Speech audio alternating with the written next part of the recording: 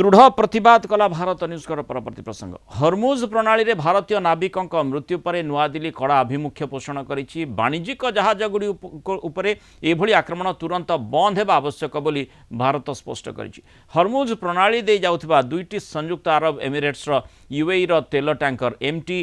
अल बहिया एवं MT Mombasa उपरे ईरान पक्षरु क्रूज मिसाइल माड़ करा जायथिला। जहाजगुड़िकरे मोट 30 जन भारतीय नाविक थिले। आक्रमण में जड़े भारतीय नाविकंकर दुखद मृत्यु होइता बेले अन्य 10 जन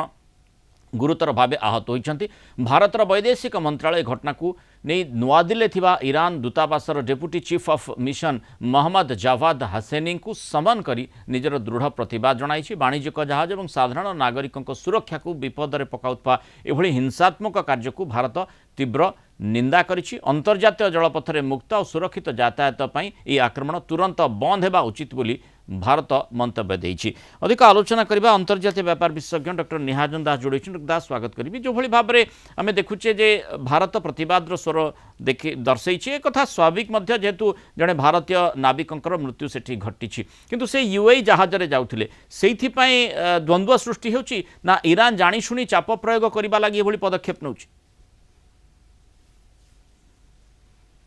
देखो प्रथमतः आपण देखिए जेभली भाव पुनर्बार सेठी युद्धर विभीषिका सृष्टि होती आम अतीत देखी वर्तमान पर्यंत भारतीय नागरिक 11 जन भारतीय नागरिक मृत्यु मुखर पड़ सारे जो प्रकार आम जाचे कि 3 जन अमेरिकार आक्रमण मृत्युवरण करते वर्तमान परिस्थिति जो प्रकार भाव भारतीय आप जानती भारतर जो प्रकार जो नाविक माने प्राय विश्वर बहुल भाव में अन्य राष्ट्र मान शिपिंग कंपनी काम करती सेटा गोटे प्रकार कथा कि वर्तमान जो यूए कथा कहले जो 46 जन समुदाय नाविक थे भर 30 जन प्राय 30 जन भारतीय थे किंतु कथा होची जे गोटे बंधु राष्ट्र भाव आम जिते ईरान को विवेचना करें अमेरिका गोटे बंधु राष्ट्र से आक्रमण में जिते भारतीय नाविक मान मृत्यु मुखर पड़ुंट वाणिज्यिक जहाज को कहीं अटैक करा जाउछे प्रश्नटी एवं ताकु तुरंत बंद करबा दरकार प्रश्न मध्य भारतर एवं से आधार रे पदक्षेप नेबा मध्य आशा करा जाउछि। भारत से आशाटी करुछि कहीं उभय राष्ट्र नेउ नाहंती से ही बड़ प्रश्न।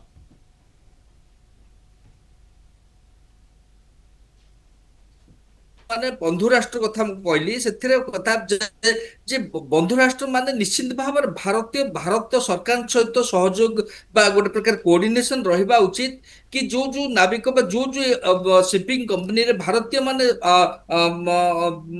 नियोजित अछंती से गुडी को अति कम रे जो प्रकार अतर्कित आक्रमण करूछंती ता से निवृत्त रहिबा कथा। द्वितीय कथा होची सबुठ बड़ कथा जोटा भारत बारंबार दोहराई आछी जी जो इंटरनेशनल वाटरवेज अच्छी जोड़े शिपिंग चैनल्स अच्छी से गुड़ी को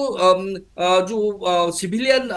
यातायात करा जाउची कमर्शियल शिप्स हो बा अन्य इंफ्रास्ट्रक्चर से गुड़ी को संपूर्ण भाव में युद्धर जो